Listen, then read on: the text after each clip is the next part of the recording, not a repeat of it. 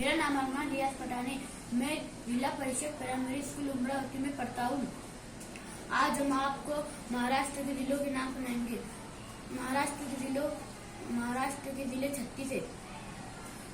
अयुध Mahal, Amravati, Akola, Ahilyanagar, Beed, Buldhana, Bhandara, Parbhani, Purna, Palghar, Thana, Jalna, Jalgaon, Chhatrapati Sambhajinagar, Chandrapur.